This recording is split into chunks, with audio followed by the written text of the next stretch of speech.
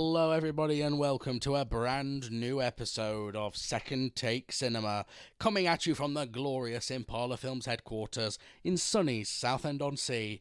As always, I'm your host Jamie Evans, joined as per usual by Mr. Rory Jocelyn. Effin' A, Jamie, effin' A!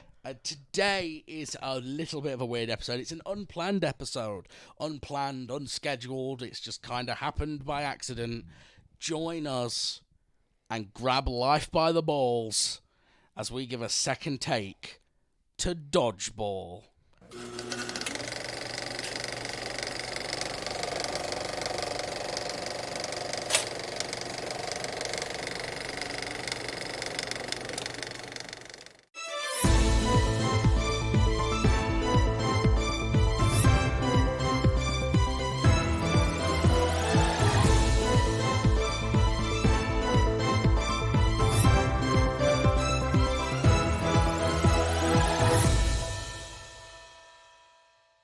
That's right, ladies and gentlemen. Today we are talking about Dodgeball, aka Dodgeball, a true underdog story, a 2004 sports comedy film written and directed by Rawson Marshall Thurber, starring Vince Vaughn, Ben Stiller, Rip Torn, and Christine Taylor, amongst others.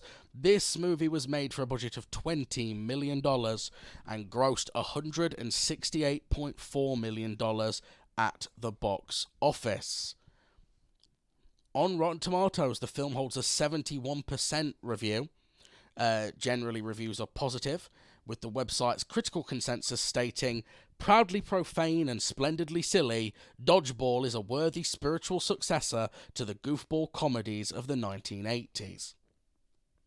Slant magazine dismissed the film as a less-than-one-joke film, while TV Guide remarked that Ben Stiller doesn't know when to stop. Other critics, such as the Boston Globe, praised Stiller's satirical take on male virility and praised the chemistry between Vince Vaughn and Christine Taylor. Joe Morgenstern of the Wall Street Journal initially declined to review the film, believing it to not be worthy of his time. However, after reviewing the DVD, he changed his view, writing, "Mea culpa, mea culpa. Rawson Marshall Thurber's debut feature starring Ben Stiller opposite Vince Vaughn is erratic, imbecilic, if not completely idiotic, inconsequential in even the small scheme of things, and yet thoroughly entertaining." Roger Ebert gave the film 3 stars out of 4 in the Chicago Sun-Times, writing, "In a miraculous gift to the audience, 20th Century Fox does not reveal all of the best gags in the trailer." And that's good to see because, let's be honest, that's a thing that happens way too often, especially these days. So, today, we don't actually have a quiz planned for this episode. We're taking a little break from the quiz. That's purely because this was not a scheduled episode, but Rory and I had some time, and, well, to be honest, we felt like watching Dodgeball again, because it's a good film, and we felt like watching it. Yeah. So there's no quiz planned. I'm afraid you're just going to have to live without, I'm afraid. In your face, audience, total facial. Now, I'm just having a look very quickly, before we talk about how we first saw this film. Yeah. Because I did not realise this was, I think I vaguely knew but wasn't 100% sure that this was Rawson Marshall Thurber's first ever film. Right. I've confirmed that it is, and you know what? It's his best film. Right. By a landslide. He's dipped a lot, actually, with the looks of it. So he did Red did. Notice, which I enjoyed, but it is again, it's, I suppose, kind of like this in that it's a popcorn flick, Yeah. but it's not as good as this. So he directed Dodgeball, The Mysteries of Pittsburgh, which I haven't seen, We're the Millers, which I have seen, and you know what, that's okay. It's not great, but it's not terrible.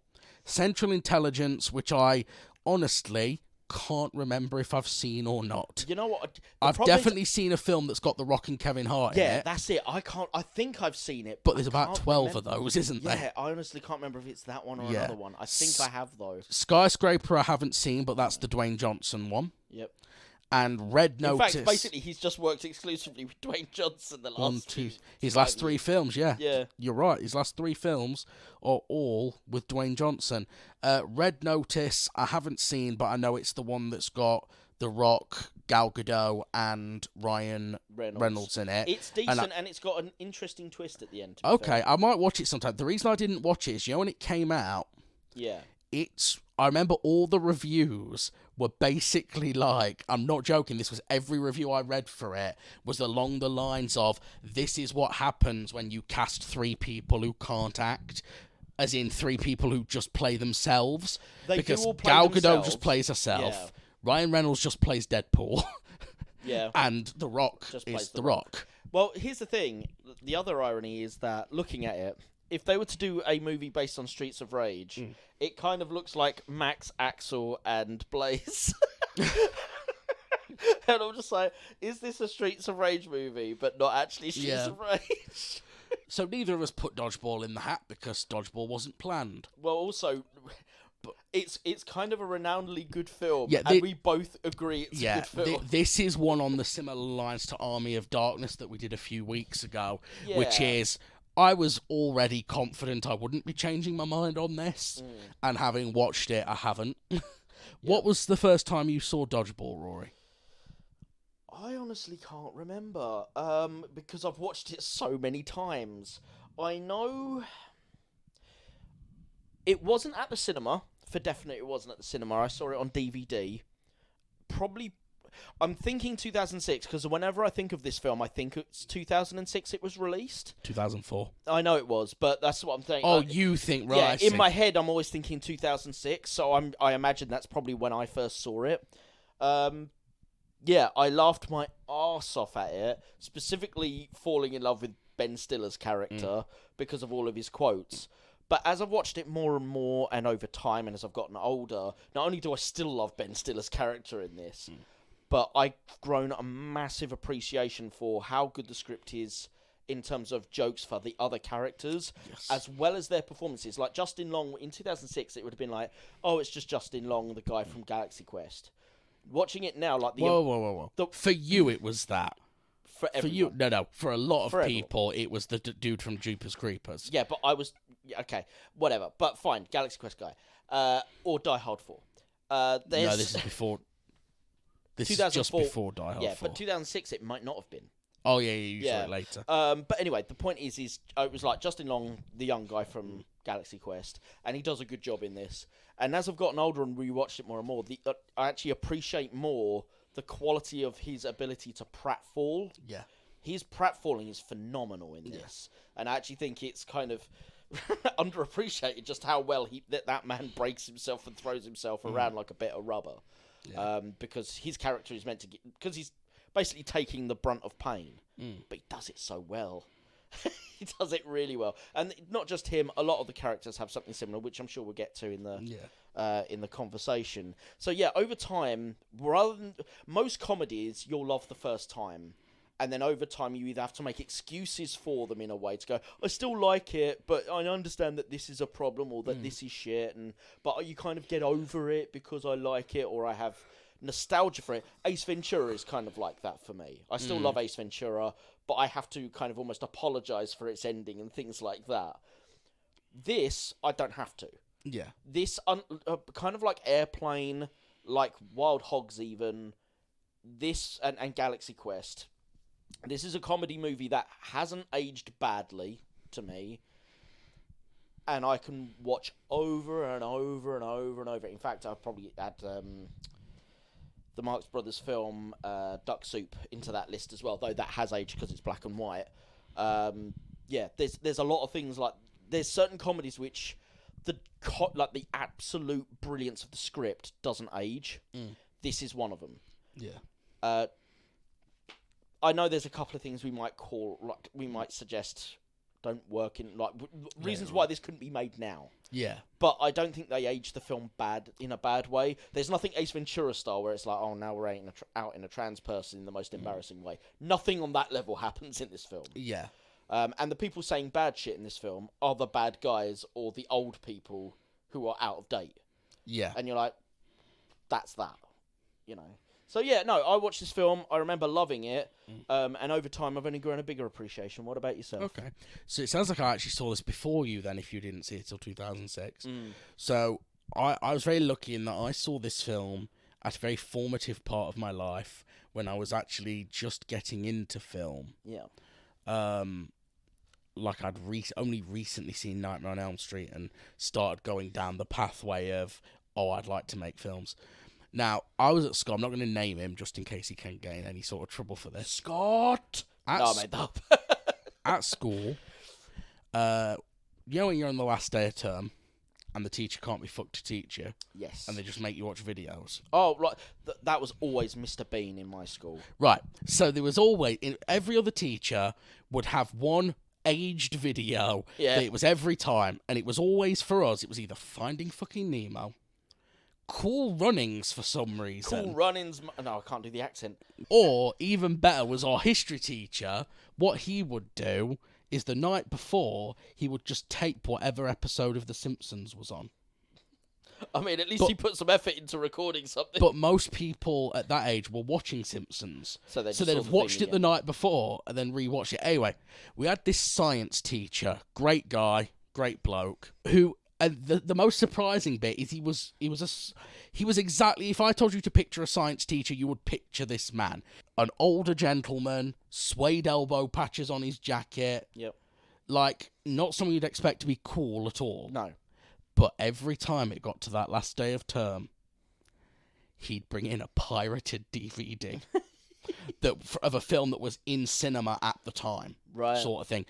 He was a great guy. And I actually saw some really good, well, maybe good films isn't the right word, but some films that I really like through this guy pirating films. This is how I saw The Day After Tomorrow. It's how I saw Van Helsing, the Hugh Jackman movie. Yep. And it's how I saw Dodgeball. Yeah. He brought Dodgeball in, and he was like, we're going to watch Dodgeball. And you know me, you know my opinion on sports. Don't like them. When he said it, I was like, fucking hell, I think I'd rather do work. I think I'd rather do the fucking physics work than watch a fucking sports movie. Loved it. It was so good. Yeah. It goes beyond being a sports film. 100%. I absolutely loved this. Then when it came out on DVD properly, not pirated, I bought it. Honestly, along with Nightmare on Elm Street, this is one of the oldest DVDs I own. Yeah. In terms of how long I've owned it. Yeah. We're talking, I got Elm Street, and I got this maybe 3 or 4 months later. Yeah. So I've had this DVD a long time. Much like yourself, I like everyone in it. Yep. And I think it's one of those lightning in a bottle films where everyone plays their part to perfection. But the standout is Ben Stiller because it's the most attention-grabbing character anyway on the page. Yeah. But even more so now than when the film came out, he feels really relevant because we've got all this thing about toxic masculinity at the minute. Yeah, and you're watching him go in and stuff like that. And you're watching him going, yep. He ticks all those boxes. Like down to the point where he goes to try and get a date with the girl. Yeah. And then LaFleur comes along and he goes, and he's like, I'll let you have your little evening, Fleur, but in the morning I'm going to win the tournament, and then your gal will be mine. Yeah. It's like as if he could just claim her. I see you've caught the scent of a lesser stag in your nostrils. And then she slams his face against the wall. Nobody makes me bleed my own blood. So, before we get into the properly, then just to touch on, because you also touched on the film Dating. Yes. For me, the only thing in this film that really ages it, and this is a problem any time you do something like this, is Lance Armstrong. Yeah. And the fact that, obviously, so Lance Armstrong is in this film for one brief scene where he essentially guilts Peter LaFleur into not giving up by talking about his, at the time, very cool achievements of having survived cancer and then going on to win the Tour de France five times. Yeah. I don't know, were they 5 consecutive times, do you know? I'm not sure they were, I don't know a lot about Lance Armstrong other than about what you're about to say. Anyway, a few years after that, it turned out he'd been roiding the whole time. Yeah. So apparently afterwards it turned out they'd all been roiding. Because Bill Burr said, so basically our roided up guy beat your roided up guy. Yeah, and someone has said to me, like, it's arguably, and they're not wrong, it is still an impressive feat. Yeah. Like, yes, he was juiced to the gills, but he had one nut. Yeah. And still managed to win. Well, to be fair, that was less air resistance. Yeah. You know, to be fair, maybe he only roided enough to make up for the lack of testosterone from the one he'd lost. I don't know if it works that way, but anyway. No. What I did like Bill Burr saying about him, though, was he said, he was like, let's say the guy's a narcissist because, he lied and used roids and stuff. He's like, but all that money, he did all that money and donated all that money and did all that work for charity. It's like, so, like, as far as narcissism goes, his narcissism came out as in he roided up to do something to pay money to charity. It's like, I'm fine with that. That's the sort of narcissism I don't mind. But it just sort of ages the film a little bit because he turns up as this like paragon of goodness, and you're like, no, we all know that's bullshit now. It's a bit like in Demolition Man. There's a bit in the back of the when Spartan defrosts and he realizes he's taken up knitting, and it's like, oh well, we put something in there's a program that runs through while you're in the deep freeze to give you a skill so you can work out your anger once you're out of the deep freeze. And he goes, knitting? I'm a seamstress? He goes, great. I come out of the freezer and I'm Betsy fucking Ross or something like that. And basically the woman he's referencing is someone on TV who does, it probably isn't Betsy Ross, but he mentions this woman who basically does seamstressing on TV, but she, after the film was released, she got arrested for murdering her husband. Right, because Betsy Ross, isn't Betsy Ross who sewed the American flag? Possibly. She's like George Washington's wife. But he mentions being like some particular seamstress, and it turned out that she'd murdered someone. Yeah. And it's like, well, actually, that's not the negative you think it is if you want to be a hard man. Bloody hell. But yeah, things like that age it when it's weird as well because it's all. I suppose because we expect paragons of virtue to stay paragons of virtue. But they are just humans. Yeah. And so when one of them inevitably falls, it ages the thing that still holds them up as a paragon of virtue, because obviously it never updates. Yeah, of course. But if you do it the other way around, it's like, what about this scumbag who's a known scumbag? It's very rare that they get, like, to be fair, it's never really happened that they've had such a huge redemption that people go, oh, I think this movie's a bit mean to whoever it is for saying that they're a bit of a scumbag. Yeah. It's, we don't view redemption the same way that we view the fall. You are right. Now, we don't often do gushy episodes on Second Take Cinema. We always try and be critical. I won't lie, this is probably going to be a fairly gushy episode, similar to our Army of Darkness was, because we both like this film.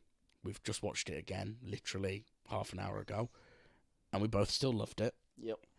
For those who don't know, if there is anyone, essentially this film tells the story of two gyms that are located next to each other. Globo Gym, which is a massive multinational owned and operated by Ben Stiller's character, White Goodman. Very futuristic, very minimalist. That's super corporate looking. Yeah. The film opens with an advert for Globo Gym, and I love the bit where he's like, he's all about being fat, and he's like, and it's only your fault if you don't hate yourself enough to do something about it. Opposite them, across the road, is Average Joe's Gym, run by Vince Vaughn. And this is much more of a laid-back, chilled out, no pressure, come and work out if you want to, or just come for the social aspects. Yep. And he's got an eclectic cast of, let's be honest, weirdos there. Yes. It was all the nerds who don't... Yeah. And one of the things we learn about him very quickly is... basically, he's so chill and laid back that he doesn't even collect the membership fees most of the time. Yeah. Like, if they say they can't quite afford it, he's just like, yeah, it's fine. Don't worry, get me next time. And later on, she says 13 months, isn't it? That's right, you haven't collected any membership fees in 13 months, which actually makes him a bad manager in a way, because it means that the gym is going to close. I'm not going to lie, it's a little bit of a plot hole. I love the film, but that is actually a little bit of a plot hole, because you're like, how's he still in business? How does he afford his flat? Yeah. How does he afford all those videos that he owes back? Yeah, including Backdoor Mona Lisa Hussies Smile. 3. Sorry. You focus on Mona Lisa Smile, I focus on Backdoor Hussies. He's in financial trouble. Ben Stiller tries to buy his gym, and essentially he's got 30 days to make $50,000. Otherwise, Globo Gym, they own the Average Joe's gym, and White Goodman's going to bulldoze it to build a parking structure. Long story short, because we don't want to go through this plot by plot, they end up playing dodgeball. They enter a dodgeball tournament in Las Vegas because the prize money, wouldn't you know it, as if it's been written for plot convenience, is exactly the right amount of money that they need. $50,000. $50,000. Yep. And all they've got to do is win a regional qualifying match. Oh my god, against you didn't even children. win a regional qualifying match. Oh yeah, now I remember. So basically, where do we start with this? I mean, the film, bear in mind, this film is now 20 years old. Yep. It's still, I would say, as funny as it was when it came out. Yeah, this one still works for me. I found this which sometimes you can't say that for comedy that's got a lot of physicality in it, but I think it would be wrong. I can see why you would think this if you're judging from the outside, having not seen the film, but it would be erroneous to assume that this is a purely physical slapstick comedy. It's not. So many of the lines are actually really funny. And the delivery is insane. The delivery is insane, and the script is so pacey. Yeah. Like, you are never going, and I mean this in a good way, not a bad way, there's never more than 2 minutes between jokes. No, and also, it's not just a case of they've thrown as many jokes in as possible just to pad it out. Each joke leads to something else, and it's that comedy that we've lost nowadays, where the comedy is really efficient. So I saw a video about this when it was comparing the first Ghostbusters movie, say, to the 2016 all-female Ghostbusters movie. Oh, the elevator scene. The elevator scene, where they explain the proton packs. In the first Ghostbusters movie, it's like a minute-long scene, if that, where they're all three main Ghostbusters, because this is before Winston's joined, are in the lift, wearing the proton packs, and they make reference to, well, why should we be scared? You know, we've just got an unlicensed nuclear reactor on our back. And then they've got that thing of, okay, turn me on. He turns it on, and then on the side of this guy just starts squeezing towards the back wall of this tiny elevator, as if that would make any difference if it went off. And that gives you all you need to know about the potential danger of these proton packs. In the 2016 version, you get the woman who's created them basically... Kristen Wiig in it. Is it Kristen Wiig? The blonde lady. Yes, it is.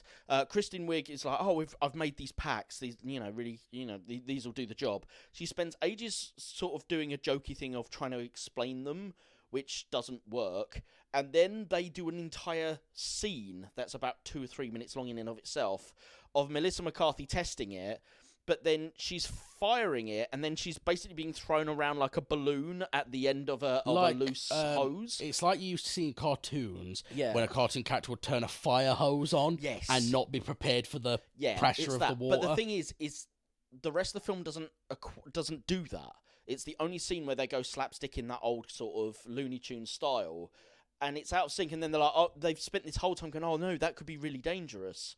And then while she's flying around, firing a nuclear reaction going on, they're just like, oh, maybe we'll let her down later. It's like, this doesn't fit in with the rest of the comedy or the style you've established.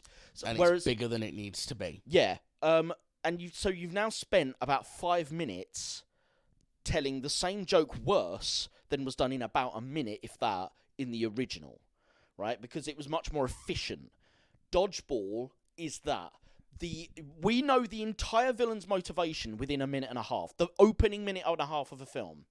And then we meet the good guys, and we already know where the film's going. Yeah. It is so slick. And at no point does it just go, you know what, we're going to bloat it out with this unnecessary story. Yeah, there's nothing unnecessary. And this, the one thing I would Go on. if I had to take something out, if I had to, Yeah. I'd take out Justin Long's little side story. But that's his character arc. Yeah. So I still would disagree with that. Yeah.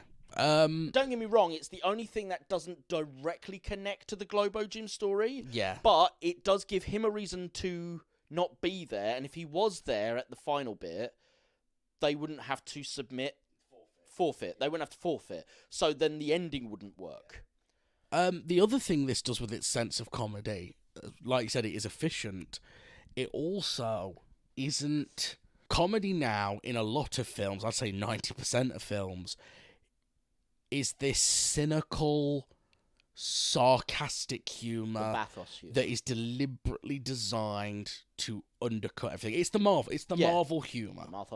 It's the Joss Whedon thing. Marvel bathos humour. Where something happens. I'll give you an example. And I'm a hypocrite here because I laughed at this when it happened. In Iron Man 3, there's a bit where out of nowhere, the main villain, and I'm talking right near the end of the film now, the main villain opens his gob and fucking breathes fire. And it cuts to, do you know what? I don't remember if it's Iron Man or Rhodey doing it, but it's either Don Cheadle or Robert Downey Jr. just staring. And then they go, well, that's new. Like that. Funny. If that was the only time that happened, it's funny. The problem is that's what Marvel does all the time now. Yeah. And it undercuts what should be, this villain's just fucking breathed fucking fire. Yeah. It's like, Jesus. This film doesn't do that. Even though Ben Stiller is blatantly playing a ridiculous character, even though Franz Stefanovich Pedovinsky is clearly a ridiculous character, Owen is a ridiculous character. Steve the Pirate is a ridiculous character. Steve the Pirate has no relevance. Yeah, but he's brilliant. But no one gets sarcastic about it. No. Everything is treated with a degree of... It's kind of the airplane thing you were talking about. Yeah, they treat it seriously. Yeah, everything's treated with a degree of sincerity. Yeah. Even Peter LaFleur and Ben Stiller, what's his name? Vince Vaughn and Ben Stiller cutting each other down in the bar scene. That's all in script. That's not them just cutting down going, God, this is embarrassing. No one's doing that. And if they did, it would neuter the scene. Yeah. It's funny because they're taking it seriously, so it's funny to us. If they're acknowledging it's funny, it stops being funny to us. Yeah, and so, here's the thing as well. It's always the little details. So, in the bar scene, there's the bit where he introduces Fran. And he says she's the most deadly person with a ball. The most deadly woman on earth with a dodgeball. Ball me, Blazer. And he gets a ball, gives it to her, and she throws it at this guy in the corner. It basically slams him against the jukebox, and he falls to the floor. Spills his beer, doesn't he? Yeah, they keep talking, and then all of a sudden Justin Long's just like, I think that guy might really be dead. And it cuts to him and he's not moving, But it establishes the stakes. No one's sitting there going, like, if that was a modern Marvel movie, that guy would get up and be like, oh, that was really bad. It's like, no, we don't need it. That guy should stay dead. Let's be honest. And it should not be fucking referenced. Let's be honest. If it was a Marvel movie, that would have been Stanley. Yeah. That or Chuck Norris's character at the end would have been that would have been the Stanley cameo. Because you would not have gotten Stanley to slam against that. No, the CGI did, wouldn't they? I suppose. But yeah, I know what you mean. They would have cut that out. Also, the other scene where it works is the bit in the hotel room when later on, and I'm jumping a little bit, there's a point where it gets towards the end, things are starting to decline for the average Joes, and Ben Stiller's character offers Vince Vaughn's, I think it's $100 million or something, and goes, just take the money, dodgeball tournament, blah, blah, blah. But he gives a speech in that, which is legitimately a good villain speech about, it's like, and it's full of jokes still, but he's talking about how unfair it is that they put so much pressure on LaFleur, blah, blah, blah. If you cut that at any point with bathos, with that sarcastic Marvel humor, you lose the essence of the film. And it's good because you can see how Ben Stiller's character, despite being this oaf, being this hyper-masculine turd, has manipulated his way upwards this way and knows it will work. I love that it's just, again, making it feel relevant as well. I love the commentary on the myth of the self-made man in it as well. Yes. I built this body and I built this temple with nothing but some elbow grease and my own wits or whatever it is. And yes, a large inheritance from my father, Earl Gooden. Yeah. Yeah. I in that scene you're talking about, I really like, just because it's so it's meta to an extent, 'cause it's calling on the history of film. but it's also so realistic, is when he's like, I don't know if you've ever seen $100 million except in the movies. I assure you something gets lost in the translation. And he opens this briefcase and it's just one little stack of bills. Yeah, because there must be like $10,000 bills or something. But I think they're $100. All right. But it's still like that's not that many bills in the grand scheme of things. No. Whereas in film, it would always just be that briefcase would just be full, wouldn't it? It'd be stacks and stacks of dollars. So I you're know paying that them you this know. amount in just $1 increments? Yeah. I don't think I'm as stupid as you think that I am, that I thought that you was once. Yeah. Well, but again, during this scene, it's the little things, and I'm guessing some of these are the actor choices, but when Vince Vaughn walks into that scene, Ben Stiller's already sat down with a cigarette. Yeah. And then he puts the cigarette out. When he puts the cigarette out, it's a blink and you miss it. He's lit and he's stubbing out the filter end of the cigarette. And it's just a little kind of nod as like, it's all performance with this guy. Yeah, he's not actually smoking it. No, but it's something that adds to the character still, because you know it's performative and that matches the character's personality. Yeah. Like him blowing up his crotch in his leotard. Yeah. And reading the dictionary. Reading the dictionary, yeah. Give me a minute and send her in. Are you reading the dictionary? You caught me. I also like to break a metal sweat, too. Yeah. And the fucking, that's me grabbing the bull by the horns. Yeah. The big painting on the wall. He goes, I get it. It's a metaphor. I get it. That actually happened, though. Yeah. Seriously. And the bit about the fucking, again, that whole thing where he's, we should date. And he's talking about, Mate. We should mate. mate. Oh, no, we should date. Wait, what? Date? I said we should date sometime. Go ahead and kick it. But he's sitting there going, we shouldn't be shackled to the, what was it? We shouldn't be shackled to the constraints of the employee-employer relationship. Unless you like shackles, in which case I got some. Shackles. I'm just kidding. But seriously, I got him. Yeah. Yeah, I mean, fucking hell. We could literally just sit here and quote every Ben Stiller line. They're all solid gold. Yeah. There's some weird choices in the film as well that work, like the fact that he's obviously got an unhealthy relationship with food. Yep. To the point where at one point he's stuffing a pepperoni pizza down his trousers, and that's when Michelle walks in, and he's like, I hope it's important if you're distracting me during my private reflection period. Yeah. There's also, he's got a donut and he's got electrodes taped to his nipples to electrocute himself for wanting to eat it. You want it, don't you, fat boy? Just a little taste. But again, that's what I'm going to have to start doing to myself, I think, so I lose some fucking weight. Yeah. Sat at work just with a fucking Big Mac. You want that Big Mac, don't you, fat boy? Might be a bit weird with other people in the room. No, I'll let everyone else take part. They can hold the buzzer and take it to a shocking fuck. No, you can't. Bro, I hate to tell you this, but we're strapping you up too. Yeah. Fair enough, you won't be tempted to eat the Big Mac because you're a vegetarian, but you want this leaf, don't you? This leafy green, you want it. You want it, don't you, fat boy? Oh, look at that, we dipped it in mayonnaise. Now you want it, don't you, fat boy? I want to talk about Vince Vaughn for a minute. Yes, please. I'll tell you why. Vince Vaughn's a real hit and miss actor with me. Hit and miss. Yeah, I agree. He's one of those actors who, when he decides to put effort in, he can be really good. And 9 times out of 10, he has decided not to put any effort in, and he's kind of boring. A bit like Adam Sandler, actually. Yeah. This is his best role, in my opinion. He's perfect in this. I mean, it's the best film he's in. Yeah, I think that's the juxtaposition between him and Ben Stiller. Right. But in this, the everyday guy, I'm just an average Joe, works for him. Yes, it does. And I want to contrast it favourably with something like, not to cross over and reference one of our VGMP films, but over on VGMP we recently did Pixels. Yes. And in Pixels, the problem with Adam Sandler's character is he's trying to be an everyman, average Joe character. Yeah, almost like Vince Vaughn in this. Whilst also supposedly being a super nerd, but also acting like he's too cool to do it.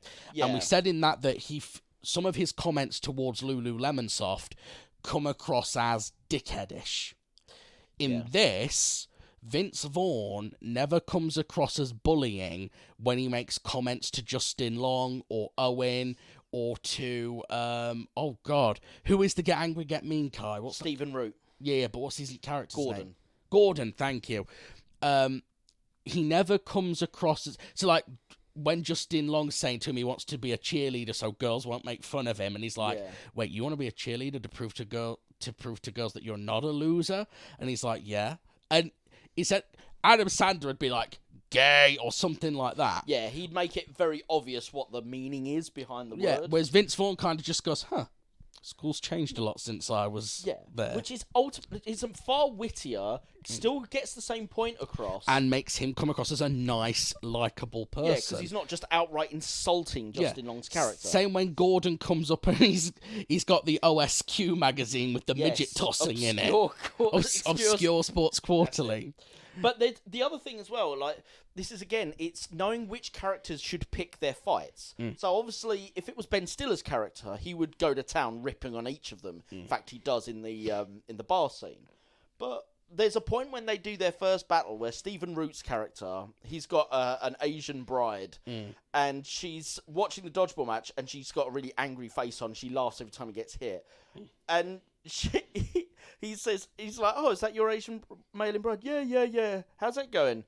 Really great. Yeah. It turns to her and he goes, I love you. And she just does like the L sign on her forehead for loser. And he does the same back. She goes, L for love. He goes, that doesn't mean love. It's like, no. That's Vince Vaughn's character steps in and goes, no. Different people have different meanings for different things in relationships. There's something healthy between you and your Asian wife.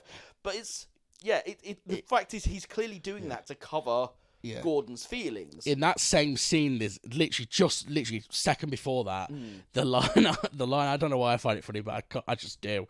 And it's just a smarter way of having him go, oh, your wife's clearly an immigrant, is when he points out his wife and his two kids are obviously dorks like he is. And Vince Vaughn just goes, the kids look like you, Gordon. and then that prompts Gordon to go, oh, she's their stepmother. Yeah. I'm doing this mail order bride thing. Yeah. Oh, how's that going for you? We never find out anything about the mother of the two kids, but it's not important to the story, if I'm being honest. No. You gotta get angry. You gotta get mean. Shall we talk about Rip Torn? Yes. So Rip Torn, God rest his soul, he's not with us anymore. He plays Patches O'Houlihan, who we first actually meet that character. That character's actually played by two actors in this, because we actually are first introduced to that character as his younger self, played by Hank Azaria from The Simpsons. Who also crushes it. Yeah, for like the 2 minutes he's got in the film, which is great. Yeah. Basically, they watch an instruction video from like 1950 something. Yeah. That I love. I know, again, it's so stupid, but it's literally one of those things where it's some blonde-haired, all-American kid painting a fence, and this voice of someone you never see just goes, narrator, hey, Timmy, why don't you take a break from that fine lead-based paint to learn all about the sport of dodgeball? Gee whiz, I'd like that, mister. Gee, mister. And then they introduce Patches O'Houlihan, who is a five-time all-star, is it they say? Yeah, five-time all-star. And he obviously has the line that is now probably one of the most famous lines in this film. You gotta remember the 5 Ds of dodgeball. Dodge, duck, dip, dive, and dodge. And that kind of becomes a running theme. Yeah. We skip ahead to present day again, and Patches O'Houlihan shows up. He's in the bar when Globo Jim come and Franz Stefanovich Pedovinsky kills the guy. By the way, have we mentioned the names of Globo Jim's team? Blade, Laser, Blazer. Laser and Blazer are clearly twins, by the way. And my fitness consigliere, Michelle. That's literally such a perfect film in terms of... Honestly, do you know what? That's one thing I'd change, actually. What's that? I wouldn't have Blade. I would have Laser, Blazer, Taser. Yeah. So that they all rhyme. I actually think that makes it funnier when he then goes, Michelle. Yeah, I agree. Blade, because Blade never really comes back into play either. No, in my memory, and this is a Mandela effect, I guess, in my memory, I always remember it as Laser, Blazer, Taser. But that's because that's what the other character says later on when he goes... Yeah, Chris Williams. Yeah. They got names like Laser, Blazer, Taser, all kinds of Asers. Yeah. Anyway, Patches O'Houlihan is in a wheelchair. This is Rip Torn. And he wheels out and he's like, that was the worst display of dodgeball I've ever seen. And he offers to train them. And they agree. And his training, this isn't it works out. It's not terribly original in the sense that this is the Karate Kid trope where the older person comes to train the young people and the training doesn't seem at all related to the actual sport. Because I've never actually seen Karate Kid, but doesn't he like get him to like wax his windows or something like that? So he gets him to wash the windows, and then it turns out like the wax on, wax off, or something like that. And that's the blocks, isn't it? Yeah. And then he's like, and then he tells him, it's like, defend yourself, wax on. And as he does the waxing on thing, it's like it defends from a standard punch. I don't think that actually worked generally, but no. Obviously for the film, that's what they did. This is a similar thing, isn't it? Where Patches comes in and they're like, shouldn't we learn to play dodgeball by actually dodging balls that are thrown at us? Well, that's what this sack of wrenches is for. If you can dodge a wrench, you can dodge a ball. Yeah, if you can dodge traffic, you can dodge a ball. If you master the 5 Ds of dodgeball, no amount of balls on earth can hit you. Yeah. Now, it's quite interesting that, like, again, it's done the Mr. Miyagi style training thing. It's taken it up to 11. Yeah. And he's not necessarily... You almost get the feeling that his training works by accident as opposed to him actually being wise like Mr. Miyagi is. Because this guy's a scumbag, isn't he? He's like, I got some hookers in my room. But the thing is it doesn't really work because they're not actually the best team. Like, even when they go in, some of the stuff they win a bit more by luck. And, like, there's certain team members that aren't up to speed. It's literally just him... thinking it's best to run in to hurt people. Yeah. I think there's a lot of vitriol that comes out. But this is again something that I'm not sure if this is the script or if this is the direction. Either way, it's the same guy, so kudos to him. We get little movements by each actor, and this is a huge play to the actors as well. Which showcase who's actually going to be a good player and who's not before Patches O'Houlihan is even in the room. Yeah, like foreshadows. Yeah, so there's a point where after they try and earn the 50 grand by doing a car wash. How did we not speak about the car wash? Yeah. Get in there nice and deep Get in black. there nice and deep black. There's a pervy scene with... I won't lie. I was, 13 when I saw this? Yeah. That bit where they go car wash and then it just cuts to the hot girls who are literally just like rubbing their boobs on the car wash. And you think that's... I'm not going to lie, 14-year-old Jamie was like, yes, please. And then it cuts over to them and they're all sad little men. Most of them, they're all really pasty as well, aren't they? Just stand there. Same day right across the street. What are the chances? Gar. But after they've tried to do that and failed... They then do. They then go back to Average Jones and go, "Oh, it can't be done."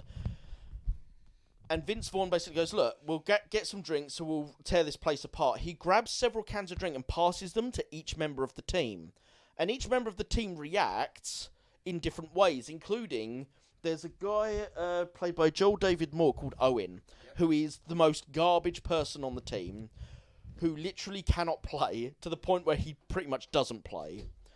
And when he throws him his can, he doesn't even see it. It just sails past the guy. And the guy doesn't even notice it. And that's foreshadowing to the fact that when they're doing the training and whenever he is in a match, he does the same.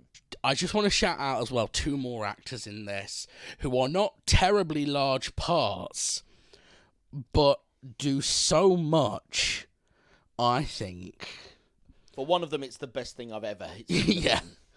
They do so much, I think, to enhance the feeling of the film once they get to the competition in Las Vegas, because that's basically your entire second and third act is at the competition. It actually surprises me. Like, every time I think about this film, the competition is like the third act. But when you watch it, you're there straight from Act 2. It's like, it doesn't take us long to get here. That's how efficient the script is. Literally, honestly, when I think of the film, it's like, it can't be any earlier than halfway. I mean, it is. So, the 2 actors in question are Gary Cole as Cotton McKnight. Is it Cotton McKnight? Cotton McKnight. And Jason Bateman, of all people. As Pepper Brooks. So, these 2 are the 2 commentators from ESPN8, The Ocho. And I love their dynamic together. Yeah. I literally right from the start when they introduced the contest, and they go, Las Vegas, the city of this, and that, blah, blah, blah, blah. Home to a sporting event greater than the World Cup, the World Series, and World War II combined. Yeah. And you kind of got this thing where basically Pepper's a moron, Yeah. basically. And a lot of his stuff is just stating the obvious. So, like, for example, towards the end, when Peter LaFleur voluntarily blindfolds himself, and Gary Cotton talks about what a weird strategy that is, to go, he's completely blindfolded himself. I've never seen that before. And Pepper just goes, he will not be able to see Cotton. Yeah. And you're like, yeah. And also, you've got one of my favourite lines from Pepper, actually. Ouch time population, you, bro. No, but that is another good line. Again, these are nothing characters, but they still have so many lines like you just forget and are amazing every time. My favourite one is when it turns out Average Joes can't play because they don't have enough players. He goes, it looks like Average Joes are probably going to have to forfeit. And Pepper Briggs goes, oh, that's a bold strategy, Cotton. Let's see if it works out for him. Yeah. Yeah. Such a stupid line. Yeah. But ooh, she's got a cannon. Hold it, she's got a cannon. The thing is, honestly, like, I'm not trying to rag on Jason Bateman because he's been in a lot of really good things. And actually, I like him as an actor. I like him in things I've seen.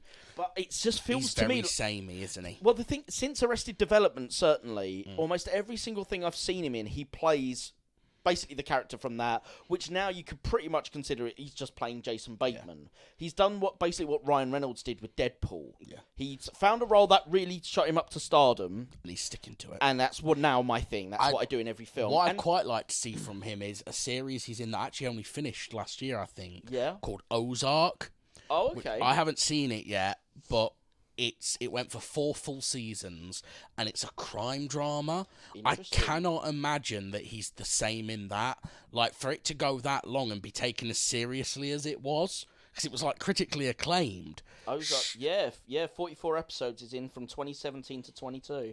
Right, yeah. Surely he must not just be playing himself in that. You'd imagine so. So I want to give that a shot. Yeah, but yeah, so whenever I see Jason Bateman in this, it is a nice, refreshing, oh, this guy can play more than just that same character archetype. Because he is a good actor. And his comedic timing is great. The problem is, Arrested Development, it was almost the start of the bathos humour coming to the fore, because the whole series is that. Really? The whole basically all of that whole, well, we're going to undercut all the comedy tension by, sarcastically going, really? Actually, do you know what? That's not surprising. Unless I'm getting my facts wrong, I'm fairly certain it's the people who directed the most Arrested Development are the people who made Captain America 2 and 3 and Avengers 3 and 4. Right. The Russo brothers, I'm sure it is. Right, okay. Because I know they started as sitcom directors. Right, okay. Which, to be fair, say what you want about Marvel, but fair play to them, going from sitcom directors, like just directors for hire, to directing some of the highest grossing movies ever made. Yeah. Well, Arrested Development became huge. Like, it's more of a cult hit, I think, than a main pop hit, but it was a big cult hit. Oh, yeah. Because it was basically an introduction of, we're going to do bathos humour in America, which isn't very common there until this point. We'd had it in the UK with things like The Office, but which I'm not a fan of either. No, I don't like the British Office. No, but it's essentially that same type of humour, and Americans generally weren't very good at it. And then Arrested Development came along, and they sort of worked it out and nailed it in their own way. The thing is, so I remember at the time my brother was like, "You'll love it. It's a brilliant show. You'll love it. It's great." Blah blah. He was heaping its praises, and then when I watched it, it's not bad. It's not for me. Yeah, I wasn't laughing very much at it, and I was just like, okay. It's, you know what, it doesn't. There's a similar sort of thing to Modern Family where they try and make it that they're aware they're being filmed by having a narrator. Oh, right, okay. But they don't speak directly to camera per se, but it doesn't matter as much if it breaks the fourth wall. and you have a narrator going, but in this occasion, this person is now over here doing this, and the narrator isn't one of the main characters. It's another entity, but it's just kind of unfortunately he got locked into that. Yeah, and while that worked for that series, it's been a shame that that's been all he's done. Yeah. When he's got this, and I'd love to see more character work from Jason Bateman. Hopefully Ozark has some of that. Yeah. Or at least shows a different facet of him. Right, so I think I want to talk now about the ending and the censorship. Yes, let's do that. That's a good one. So let's start with the ending, and then we're going to talk about some of the censorship that's in this film. Yes. So, quite infamously, Dodgeball has an ending that the studio forced them to change. Thank fuck. And it's one of those rare examples, because usually as creatives, we sit there and go, I don't know, Ridley Scott, let's say, well, Ridley Scott's original vision was this, but Universal made him change it, and it's not as good. Yeah. Hence why you get things like director's cuts and things. Yeah, because they sit there and go, why have you butchered my film? Like, As much as I'm aware this must have pissed off Rawson Marshall Thurber, because we're both directors, not on his level, but we're both directors. It is sucky when someone forces you to change your vision. Yes. But this is one of those stepping back and watching it as an audience. Yeah. Totally the right decision for once. Yeah, so like to put it in perspective as well, there are certain directors that were controlled more by studio for their benefit. People like George Lucas, when he did the first Star Wars film. That was saved in the edit, famously. Yeah. And there was a lot of stuff where the studio was like, look, you need to do this, you need to, chop your script back for this, blah, blah, blah, blah, blah. And it worked. And then by the time they did Phantom Menace, and, Star Wars was a multi-mega franchise, they were just like, whatever, mate. You do what you want, George.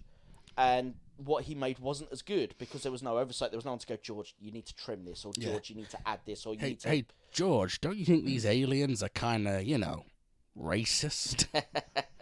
So Jar Jar Binks, George. Yeah. I want to talk to you about Jar Jar Binks. Yeah. Oh yeah, you like Jar Jar? I think he's going to be a real big hit with the kids. No, George, we got to cut him, man. We got to cut this character. He's a bad character. Whereas, so the original ending for this was that they were going to lose. White Goodman will win. We don't know exactly how that would play out because I know it's on the DVD, but I can't. You can see the bit in the film where the reshoot starts. Yeah. But what I mean is, like, we don't know if what they cut to fit in the new ending. You can tell where they cut it and then added the new ending. But there's certain things where I'm like, well, certain character arcs don't wrap up if you just cut it where it shows it cuts. Because on the Blu-ray version, you can watch the deleted ending. Yeah, I've seen the deleted ending. But the deleted ending literally goes to the point where, like, LaFleur gets hit. He goes, oh my God, I've won. And then it's like almost like just cut to credits. Yeah, I think that's what it was, Rory. This is what I'm saying. That basically, it leaves all the character plot threads hanging. I think what Rawson Marshall Thurber was attempting, and this is me putting words in his mouth. Yeah. I think he was trying to be a troll. I think the point was, or he was trying to be edgy. Come watch this movie, spend your money, come and watch a film. You're going to think you know what's happening because we've seen, let's be honest, this isn't the first sports comedy ever made. No. And they all follow roughly the same template. And just at the minute where you're most invested, because he does that really brutal moment, doesn't he, where he gets jealous that she's taken a ball for LaFleur, and he just fucking rags one into her face. Yeah. So you're, in theory, the audience are at peak emotional investment right now, because they're like, fuck you, White Goodman. Yeah. To then suddenly have him win, it would make everyone really angry in the theatre. And the only thing I can think of is that's what he wanted. Yeah, but the problem is bear in mind how good the rest of the script is for It'd be this a real genre. Shame, yeah. It would honestly ruin the film. Yeah, because the film would essentially just become a prank. Yeah. And the problem, let's say you did that, one, it'd make everyone angry, but let's say that's a good thing for a minute. It's you can only pull it off once prank. Yes. So this film would have no rewatch value, and it would have disappeared into obscurity by now. Yep. the ending it's got, yes, it's a little cheesy. Yep. Yes, a lot of convenient plot threads all have to come together for it to work. But I think they pulled that off quite well. But it works. It works. I mean, I've certainly seen worse in a sports comedy. And yeah. It's not fucking Space Jam where Michael Jordan's arm stretches fucking across the court. Space Jam is just an awful film. I do love that. I love the fact, though, that when they wheel the chest out with all his winnings in it, it says Deus Ex Machina on it. Now, here's the thing. There's certain things like that where clearly it was very obvious that the writer-director was pissed off that they'd made him change the ending to the point where he has an after-credit sequence where he directly calls it out. I don't like the post-credit sequence. Some people do. We'll get to that in a minute. But just adding some pissy things like Deus Ex Machina on the treasure chest full of money, I'm fine with that. Yeah. Because essentially that still feels in good taste. It feels like, yeah, you knew this was coming, but let's be honest, it's what you expected. Which is how I took the film on first viewing, thankfully, because I didn't know about the alternate ending. Yeah, this ending works better because so the way the characters start to wrap up before this ending, Steve the pirate stops being a pirate because he gets, he gets shouted at by LaFleur, "You are not a pirate," and it breaks his reality. And then as he's walking down Las Vegas, somebody throws a milkshake at him and goes, "Go back to River Island," and then shouts an expletive at him. And then he looks in the mirror and says, "Oh God," he pulls his pirate bandana off and realizes he has to change. And that's how you would have left that. Huh? Patches is dead. Patches is dead. Steve the pirate would have become not a pirate, and he disappears from the film basically. Justin Long doesn't appear because he doesn't make it to the match at this point. Does he not? Or does he? He's won. So he does. Yeah, because he gets smacked in the face. Yes, you are right. I love you. What's his character's name? It's Justin. Is it? Yeah. I love you, Justin. I love you too. Yeah. So yeah, he is there, but technically he gets the girl, but he loses in front of her. Nothing happens at all for the female character. What's her name? Miss Veach. Catherine Veach. That's it, Catherine Veach. She doesn't get a finale. No, neither does Dwight. Thank you. Neither does Dwight. Dwight doesn't get a finale. Or Owen. Oh, no. Owen's with Fran by this point. Oh, yeah. Owen still gets Fran, I suppose. To be fair, Dwight doesn't really have a character arc. No. I'm glad he's in the film and whatnot, but he doesn't have an individual arc. Really. But at least in the good ending, he gets two girls. The two dancers, doesn't he? Yeah. So, at least he's got some end conclusion, which there wouldn't be for him in the... He's actually in... The only other thing I've ever seen that action is he's in Californication. Oh, right. He's in the first season. He plays the director who adapts Hank Moody's book into a movie. Right.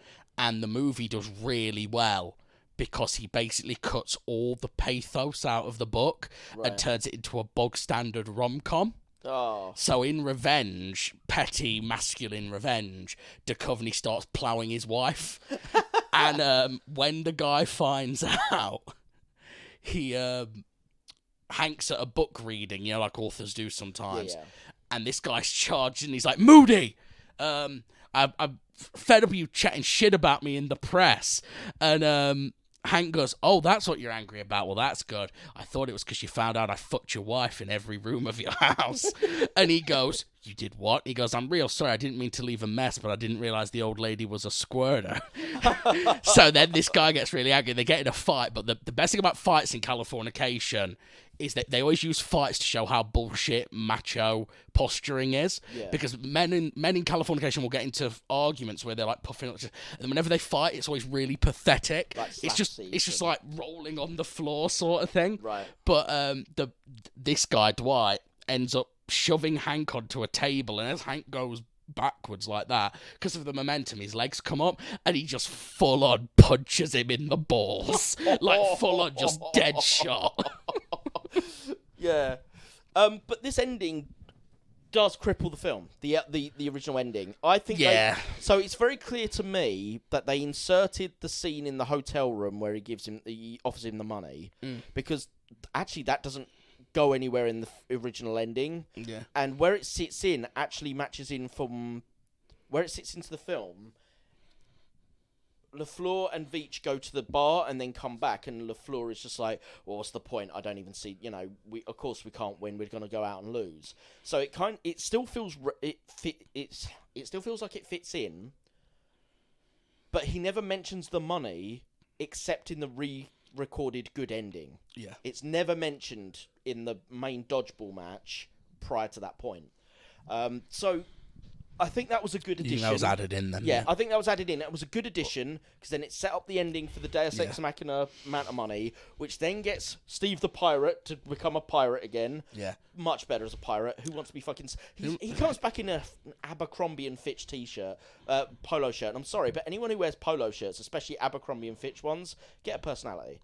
Have I never seen you in a polo shirt? The only time you could have ever seen me in a polo shirt, and you wouldn't have done because I was made redundant from there before I met you. Carphone Warehouse. I hate polo shirts. I feel like I used to own a polo shirt. Polo shirts are the worst. It's really itchy. They're really itchy, I find. See, I didn't find them itchy. Around the collar. I don't see the point. It's like you can't wear a t-shirt because it's not smart enough. And I'm like, okay, fine. You've got to wear a shirt because it's got a collar. Okay, cool. Or a polo shirt. No, that's a t-shirt with a shit collar. Just wear a shirt. Yeah, I've never heard. Like, I couldn't wear a polo shirt to my job now. They'd still call that unprofessional. It depends on the job. Some places will consider that more professional than not. But honestly, polo shirts to me, I'm like, mate, I might as well wear a boiler suit. They always remind me of... Or dungarees. They always remind me of primary school. Yeah. Like dungarees do. I'm not a child. I'm not going to wear dungarees and I'm not going to wear a polo shirt. So, yeah, it's a little bit of a silly ending, but... It works so much better than the planned ending. Yeah. We then get, and this is the bit that I want to be very careful how I phrase it because I don't want to come off like, oh, I'm offended by it. Because I'm not offended by it at all. No. And I don't mind that it's in, and in fact, there's bits of it that do make me laugh. See, I don't like this ending at all. But I just kind of wish, and I think I've always felt this way, but even more so now that we're living in 2024 and body positivity is more of a thing. I just don't know why we had to have White Goodman get fat again. Yeah. But the bit I do, and I don't like the whole, my milkshake brings all that, I don't like that. No. The bit I do like, and it's just me being, it's because I laugh at how petty this is on the director's part. Yeah. I love the bit where the guy, where he's literally just breaking the fourth wall at this point. Oh, he's talking to the audience. And he's just like, well, that's it. It's over. You happy? Got a happy ending? You like that? Oh, I can't handle any complexity in my cinema. I just want to be entertained. Yeah. I like that because it's a bit like, oh, that's very funny. I like that you were that petty. Can I add why it doesn't work? Because I'd seen, but once I had the reference for why he says that, which is obviously the changed ending, and then I'd seen the deleted ending. The deleted ending had no pathos or complexity. It was just shit. Yeah, he obviously thought it was better than that, though, didn't he? But there wasn't. It was crap. Like, it wasn't... If what was on the DVD and Blu-ray, that if that deleted ending is exactly how it would have played out... And then the credits just roll. Yeah, and then the credits roll. I'm sorry, you haven't got an ending. Yeah. What you've done there is what the Coen brothers did in True Grit. You've not got an ending, you've broken your film, and you've scammed me out of my money. Yeah. And I'm sorry, I ain't watching your film again if you do that to me. Yeah. Well, so I said you can only do it once. Yeah. Yeah. I reckon they would have had also a lot of people request refunds. Probably. Sorry, but I'm not going to pay cinema prices for a movie that isn't finished. Oh, you I don't know why people didn't do that with the Coen brothers' True Grit. Honestly, anyway, we'll probably cover that film at some point, but I'm so offended that the Coen brothers thought they could ruin a classic film. Bear in mind I saw their version first. Yeah. That they could ruin a movie by not even completing the film. Right. It's honestly, when you see it, Jamie... It ends halfway through a scene. Yeah. Yeah. It doesn't even finish. That's when it just stops. Yeah, it just stops and goes to credits. Yeah, Stephen King's got a book that does that. It's really annoying. It's so shit. So yeah, again, like, so the thing that I want to call out about this White Goodman ending, other than the fact that he calls out and goes, "You don't want complexity," but there was no complexity in the original ending. Whatever. it is the fat man dance. And the reason the fat man dance isn't because, oh god, it's a fat person for lols, whatever, fine. The problem is it's overdone in every single film, and this isn't even the first. Austin Powers did it literally like the year before in Goldmember. Yeah, with Fat Bastard, was it? Yeah. Yeah. So you have Fat Bastard in Austin Powers. You have. I'm dead sexy. I'm dead sexy. I want my baby back ribs. Yeah. You've got it in this film. You have it again later on when Tom Cruise plays the in Tropic Thunder. Leonard Grossman, Lloyd Grossman, is it? Not Lloyd Grossman. Not Lloyd Grossman, I don't think. Leonard Grossman? I can't remember, but it's something Grossman, isn't it? Yeah, it's Grossman. But yeah, basically his character. Take a step back and literally fuck your own face. Yeah, which is his character in that film is a good character. Is he fat in that? He is fat. And he's got big arms. Yeah, I know he wanted. Arms. That was his request, wasn't it? He wanted big arms. Yeah, which is great. But the point is like at the end of the film, during the credits roll, they do the same as this. They just bring him in and have him dance to a song. Oh, really? Yeah. But what's weird is he's dancing to a different song that they couldn't then get the rights to, so they had to patch in a different piece of music. Shit. But they do that in this, and there was a lot. It was like flavour of the decade during the 2000s. Every single film with a fat guy had fat guy dancing. Yeah. And you're like, and it was always to like pop music, either R&B or rap music, with essentially it was white fat people dancing to black music. You know what? I'm fairly certain they do the same joke in Paul Blart Mall Cop. They probably do. I think there's a bit in that where he dances. Yeah, it's to the point where it's like, I'm bored of this. I'm not offended by this. I'm bored of this. Yeah. Can you fine, haha, fat, come up with something witty? Because the rest of this script has been quite smart. Yeah. And then you get to this, and again, it's not enough to ruin it because literally it's in the credits. I can turn it off. Yeah, because it's not really part of the movie anymore. No, is it? It was clearly an add-in by the director. Just go fuck yourselves for not wanting complexity. Yeah. But clearly it's also the worst joke in it. Clearly didn't offend the studio that much because they let it stay in. Well, because it has Fat Man dancing, that was Flavour of the Month. Maybe that's how he got them to agree to put it in the credits. Maybe they were like, we're not going to give you a chance to rag us in the credits. What if I have him dance as a fat guy? And they're like, well, every other film's doing it. Great. Which, to be fair, makes the commentary a little bit more meta. Because it's like, oh, they'll even let you slag them off as long as there's a fucking fat guy dancing. You know what? I would actually like to know if that was a stipulation of getting that scene in the credits. Yeah.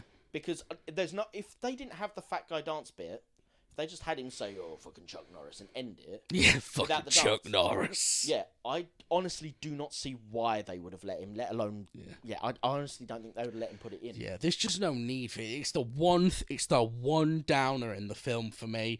They didn't need White Goodman to get fat. No. Because, fair enough. I mean, it's enough that he's just a cunt and he loses everything. Yeah. Because obviously LaFleur fight.